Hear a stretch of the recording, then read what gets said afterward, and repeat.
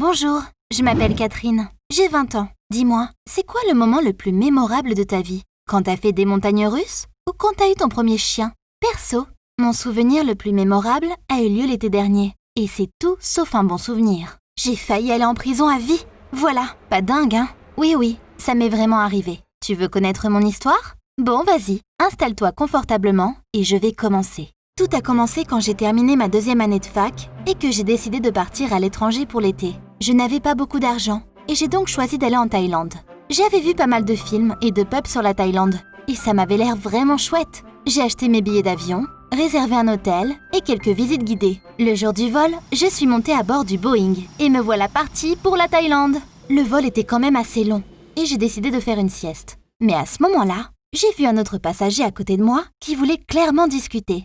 C'était un homme, adulte, incroyablement moche. Je l'ai tout de suite trouvé désagréable et j'ai immédiatement regretté d'avoir pris cette place. Il m'a dit que son nom c'était Freddy et qu'il allait en Thaïlande tous les étés. Freddy a commencé à me demander dans quel hôtel j'allais rester, comment j'avais l'intention de passer mon temps. J'ai dit clairement que je ne voulais pas lui parler, mais Freddy n'avait pas trop l'air de comprendre. Heureusement, au bout d'une demi-heure, il s'est lassé de la conversation, puis s'est endormi, je crois. Ah, enfin! Je me suis plongée dans un livre et on ne m'a plus dérangée pour le reste du vol. C'est comme ça que je suis arrivée en Thaïlande. C'était tellement cool et beau. Encore beaucoup plus cool que dans les vidéos que j'avais regardées. L'hôtel était incroyable. Et la plage, je n'avais jamais vu d'endroit aussi beau. Je marchais dans les rues, je me reposais sur les places et je prenais des photos de partout. Mais le truc, c'est que des fois je croisais Freddy là, le mec de l'avion. Des fois il était dans mon hôtel, d'autres fois je le croisais dans un resto. On aurait dit qu'il me suivait. Bien sûr, c'était juste mon imagination. Alors je me suis détendue et j'ai arrêté de faire attention à lui. Je ne voyais pas les jours passer. Mes vacances passaient à vitesse éclair, jusqu'au jour où j'ai rencontré ce gars. Un jour, un mec bien bronzé s'est assis à côté de moi sur la plage et m'a proposé de m'offrir un cocktail. Son nom c'était Panou et c'était un vrai beau gosse. On a passé la soirée à boire des cocktails et à bavarder. Il était tellement drôle. Panou connaissait très bien la langue locale et il travaillait comme traducteur. Quand la nuit est tombée, Panou m'a accompagnée jusqu'à l'hôtel et on s'est dit que ce serait chouette de se retrouver le lendemain. Il était si adorable que je l'ai embrassé.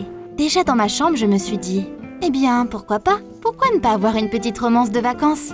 Les palmiers, la mer, tout ça, c'était cool. » Mais je commençais à me lasser de ne faire que ça de mes journées. Et Panou était jeune, intelligent et très beau. J'avais pris ma décision. On a commencé à se voir tous les jours. On se baladait ensemble, on nageait, on allait au restaurant ensemble. On est sortis ensemble. Je pense que je suis amoureuse de lui. J'étais complètement sous le charme. Sauf que plus le temps passait, plus mes vacances touchaient à leur fin. Ce qui voulait dire que je devais bientôt retourner chez moi. Et Panou resterait ici. On s'est dit qu'on se retrouverait très rapidement. Mon dernier jour en Thaïlande était vraiment triste. Je ne voulais pas partir, mais je ne pouvais rien faire. Je devais rentrer chez moi. J'ai fait ma valise et j'ai dit au revoir à Panou. Il n'est pas venu à l'aéroport pour me voir partir. Il m'a dit qu'il n'aimait pas les longs au revoir. On s'est évidemment échangé nos numéros de téléphone pour rester en contact. Je suis arrivée à l'aéroport, puis... Qui est-ce que je vois là? Oui, Freddy. Il m'a vu et m'a fait signe. Oh non, sérieusement? Je refuse de remonter dans un avion avec lui. Impossible! S'il s'assied à côté de moi une fois de plus, je deviendrais folle. Pour éviter de m'approcher d'Eddie, je me suis dépêchée de passer la douane. Mais là, il s'est passé un truc vraiment inattendu. Quand les douaniers ont commencé à scanner mes affaires, quelque chose dans ma valise a attiré leur attention. Ils m'ont demandé de l'ouvrir et de leur montrer le contenu. Étrange, qu'est-ce qui aurait pu les surprendre comme ça? Mais quand j'ai ouvert la valise, j'ai trouvé un gros paquet à l'intérieur. Pas du tout à moi. Qu'est-ce que c'était? Les douaniers ont ouvert le colis et... Il y avait de l'argent dedans! Genre, beaucoup d'argent! Comment ça arrivait dans ma valise, ça? Je ne comprenais plus rien. Un agent du service de contrôle a pris l'un des billets et l'a tenu à la lumière. Son visage est devenu sérieux en un clin d'œil. Et il a dit quelque chose dans la radio. En 2 temps 3 mouvements, la police est apparue et m'a attrapée. Qu'est-ce qu'il se passe? Laissez-moi partir, c'est pas à moi ça! J'ai aucune idée d'où ça vient tout ça. Mais ils ne m'ont pas écouté. Ils m'ont emmenée dans la pièce du fond. En partant, j'ai vu les visages anxieux des autres passagers qui me regardaient avec peur. Puis j'ai vu Freddy parmi les gens. Il était debout et souriant. Mais pourquoi? J'ai été mise derrière les barreaux dans une cellule privée. Je suis restée assise là pendant environ 1 heure. Mon avion était déjà parti, bien sûr. Je n'arrivais pas à comprendre ce qu'il venait de se passer. Comment ce colis est arrivé dans ma valise? C'est moi qui ai fait ma valise. Mais j'étais encore plus inquiète pour ce qui allait se passer ensuite. À un moment, un policier est venu dans ma cellule et m'a emmenée dans une salle d'interrogatoire. C'est un officier qui connaissait assez bien la langue qui m'a parlé. Il m'a expliqué que ça se présentait très mal pour moi là. L'argent que les agents ont retrouvé dans ma valise, C'était des faux billets. Et les lois thaïlandaises sont très dures là-dessus. Et que je pouvais écoper d'une très longue peine à cause de ça. J'étais tellement terrifiée par ce qui se passait que j'ai commencé à pleurer. Je ne pouvais pas croire à ce qui m'arrivait là. J'ai essayé de convaincre l'officier que l'argent n'était pas à moi. Je ne savais même pas comment ça avait pu rentrer dans ma valise. Mais l'officier ne voulait rien entendre. Il m'a donné des papiers à signer et m'a dit que mon avocat viendrait bientôt. Et j'étais de retour derrière les barreaux. C'était tout. J'étais assise là, à pleurer. Voilà, ma vie est finie. Je ne rentrerai jamais chez moi. Est-ce que je finirai dans une prison crasseuse? La Thaïlande, qui était un véritable paradis depuis le début, tournait à l'enfer. J'ai commencé à me dire que je n'aurais jamais dû venir ici. Ah, ce serait bien de pouvoir remonter le temps. Puis tout d'un coup, j'ai entendu un bruit près de ma cellule. J'ai levé les yeux et j'ai vu l'ombre d'un homme se déplacer dans le couloir. Mais qui ça pouvait être? L'homme s'est arrêté devant ma cellule et est entré dans la lumière. Non, j'y crois pas. Freddy?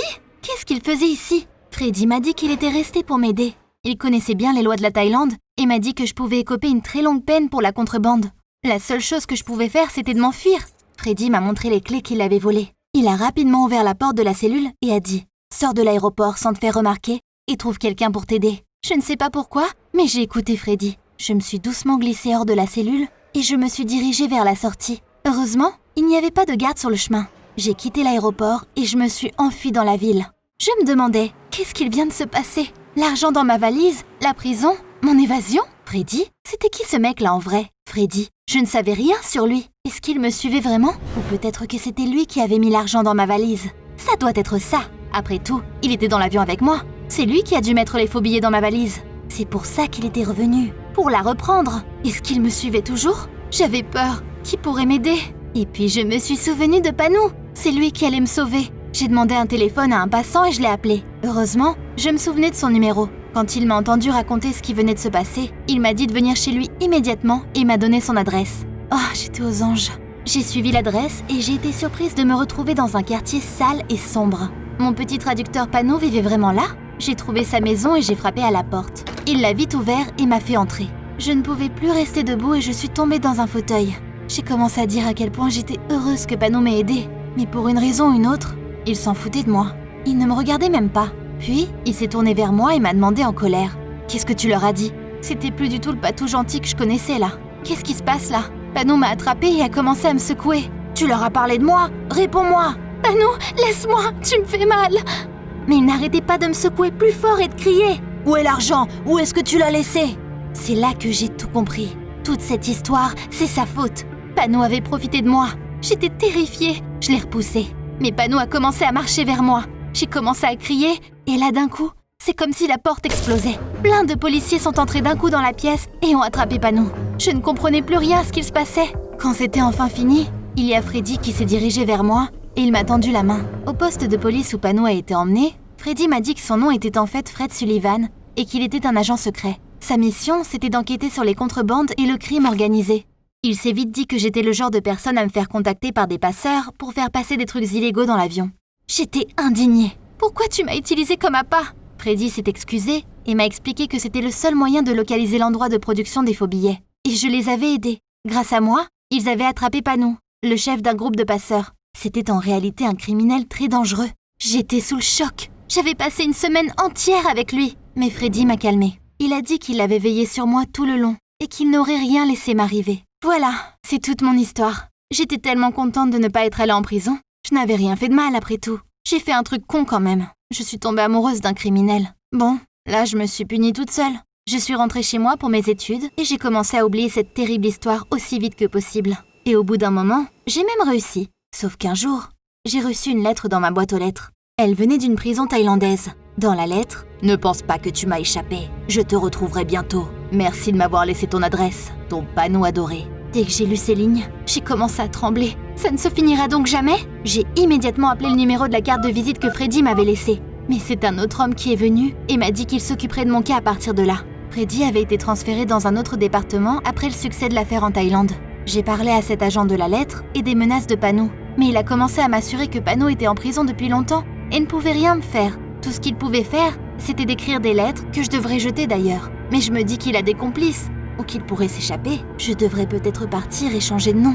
Dis-moi, qu'est-ce que je devrais faire? Abonne-toi à la chaîne et partage cette vidéo pour que mon histoire soit un exemple pour d'autres personnes.